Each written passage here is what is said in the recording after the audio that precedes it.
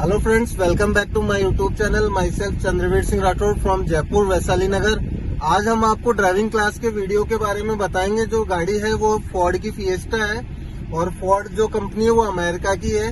और इसमें जो भी सारी चीजें होती है A to Z, वो सारी चीजें हम आपको डिस्क्राइब करेंगे। सबसे पहले अपन ले लेते हैं सेफ्टी, क्योंकि गाड़ी चलाने से पहले हमें सीट बेल्ट वगैरह लगा लेना है। गाड़ी चलाने से पहले हमें under the car, rear the car, ये सारी चीजें देख लेनी चाहिए कि हमारी गाड़ी के नीचे कोई एनिमल, इंसेक्ट वगैरह तो नहीं बैठा है, कहीं हम चल पड़े हैं ऐसे ही, कोई बच्चा वगैरह तो नहीं खेल रहा है। और गाड़ी चलाने से पहले हमारे साइड व्यू मिरर्स वगैरह सेट हो जाने चाहिए और रियर व्यू मिरर वगैरह सेट हो जाने चाहिए।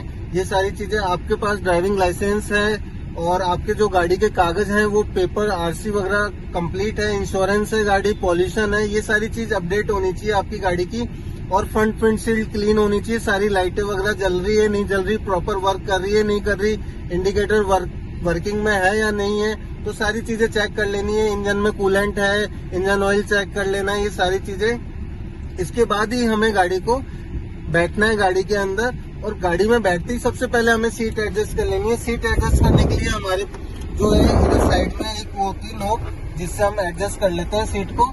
तो मैंने मेरी हाइट के हिसाब से ऑलरेडी एडजस्ट कर रखी है, अपने बैक को भी, रेस्ट को भी अपने कंफर्ट जोन के हिसाब से, जैसे कि मैं बिल्कुल परफेक्ट इसमें एडजस्ट हो पा रहा हूँ। और आपको भी अपनी, सबकी बॉडी हाइट हेल्थ अलग होती है तो सबको अपने हिसाब से सेट कर लेना है। ओके, अब बात आती है गाड़ी चलाने के लिए प्रीसेंस बहुत जरूरी है। पूर्वानुमान कि हम कितनी देर में पहुंच रहे हैं, अगला कितनी देर में पहुंच रहा है, उसकी स्पीड क्या है, मेरी क्या है। गाड़ी हमेशा एक अनुमान के आधार पे चलती है।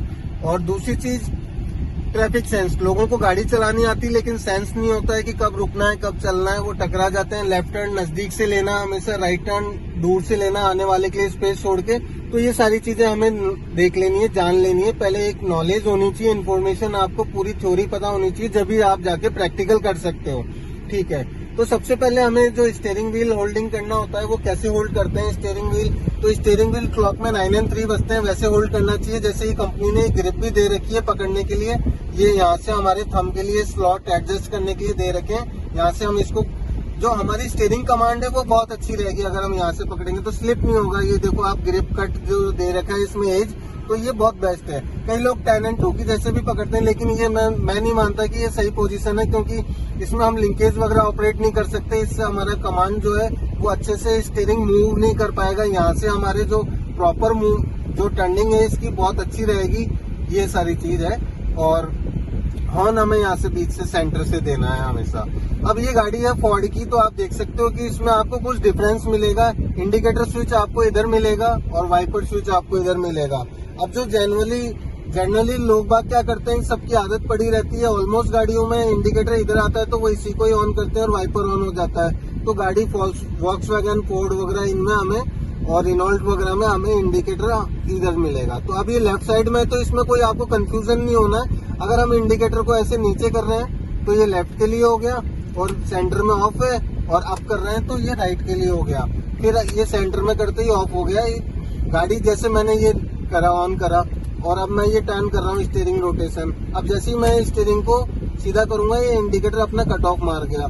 अब बात आती है कि हम गाड़ी के अंदर बैठ के स्टीयरिंग व्हील, टायर की पोजीशन का कैसे पता लगाएं कि हमारे टायर सीधे हैं या टेढ़े हैं। तो किसी भी तरफ हमें, एक तरफ स्टीयरिंग टर्न कर ली, मैंने टोटली टर्न कर लिया, अभी इसके आगे एंड आ गया, नहीं हो पा रही है। तो हमें क्या करना है कि इसको 2 बार सीधा कर लेना है। जैसे ये मैंने 1 बार कर लिया और ये 1 बार, ये हमारे व्हील सीधे हो गए हैं।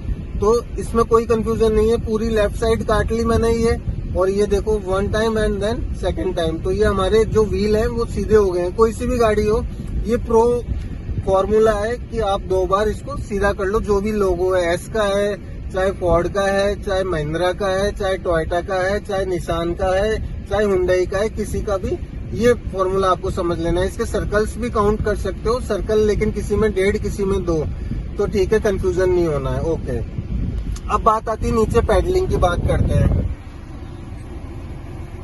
जो हमारे पेडल्स होते हैं वो मैं आपको बता देता हूँ। तो सबसे इम्पोर्टेंट चीज होती है ये हमारे पैडलिंग। तो ये आप देख सकते हैं, राइट से स्टार्ट कर रहे हैं हम, A, B, then C। ए का मतलब एक्सीलेटर, बी का मतलब ब्रेक और सी का मतलब क्लच। अब जो पाँव की पोजीशन है, ए का मतलब एक्सीलेटर, जितना दबाएंगे गाड़ी आगे बढ़ेगी, ब्रेक मतलब रोकने के लिए, क्लच हमेशा 2 टाइम्स पे यूज में ले रहे हैं, जब भी हम गियर चेंज कर रहे हैं और ब्रेक लगा रहे हैं तो क्लच दबा रहे हैं। तो बात आती है मेनली पाँव की पोजीशन। लोग बाग क्या करते हैं, ये लेफ्ट वाला पाँव इधर ले आते हैं ब्रेक के लिए, दैट्स रॉन्ग। तो लेफ्ट वाला पाँव क्लच के लिए रिजर्व रहेगा फिक्स, और जो हमारा राइट वाला है वो ब्रेक के सामने रहेगा। ऐसे करके एक्सीलेटर के लिए टेढ़ा हो जाएगा, लाइक दैट, ऐसे accelerator then brake, brake then accelerator. तो हमें ऐसे नहीं रखना है, कई लोग ऐसे लाते हैं, ये पोजीशन गलत है। ऐसे नहीं करना, हमें ब्रेक के सामने रखना है और एक्सीलेटर के लिए ऐसे हो जाए, ये कंफर्ट रहेगा आपके लिए। क्लच को दबाना है तो पूरा दबाना है, छोड़ना है तो पूरा छोड़ना है, और सारा पाँव का वजन नीचे एड़ी पे टिका लेना है और पंजा रहेगा अंदर, ठीक है। ऐसे नहीं कि उसके ऊपर ही पटक के चल रहे हैं और क्लच प्लेटें जल रही है, ठीक है। ये हो गया। अब अपन आते हैं गियर लीवर पे। कि गाड़ी के देख लो आप, जो हमारे पेडल्स होते हैं वो मैं आपको बता देता हूँ। तो सबसे इम्पोर्टेंट चीज होती है ये हमारे पेडलिंग। तो ये आप देख सकते हैं, राइट से स्टार्ट कर रहे हैं हम, ए बी देन सी। ए का मतलब एक्सीलेटर, बी का मतलब ब्रेक और सी का मतलब क्लच। अब जो पाँव की पोजीशन है, ए का मतलब एक्सीलेटर, जितना दबाएंगे गाड़ी आगे बढ़ेगी, ब्रेक मतलब रोकने के लिए, क्लच हमेशा 2 टाइम्स पे यूज में ले रहे हैं, जब भी हम गियर चेंज कर रहे हैं और ब्रेक लगा रहे हैं तो क्लच दबा रहे हैं। तो बात आती है मेनली पाँव की पोजीशन। लोग बाग क्या करते हैं, ये लेफ्ट वाला पाँव इधर ले आते हैं ब्रेक के लिए, दैट्स रॉन्ग। तो लेफ्ट वाला पाँव क्लच के लिए रिजर्व रहेगा फिक्स, और जो हमारा राइट वाला है वो ब्रेक के सामने रहेगा। ऐसे करके एक्सीलेटर के लिए टेढ़ा हो जाएगा, लाइक दैट, ऐसे accelerator then brake, brake then accelerator. तो हमें ऐसे नहीं रखना है, कई लोग ऐसे लाते हैं, ये पोजीशन गलत है। ऐसे नहीं करना, हमें ब्रेक के सामने रखना है और एक्सीलेटर के लिए ऐसे हो जाए, ये कंफर्ट रहेगा आपके लिए।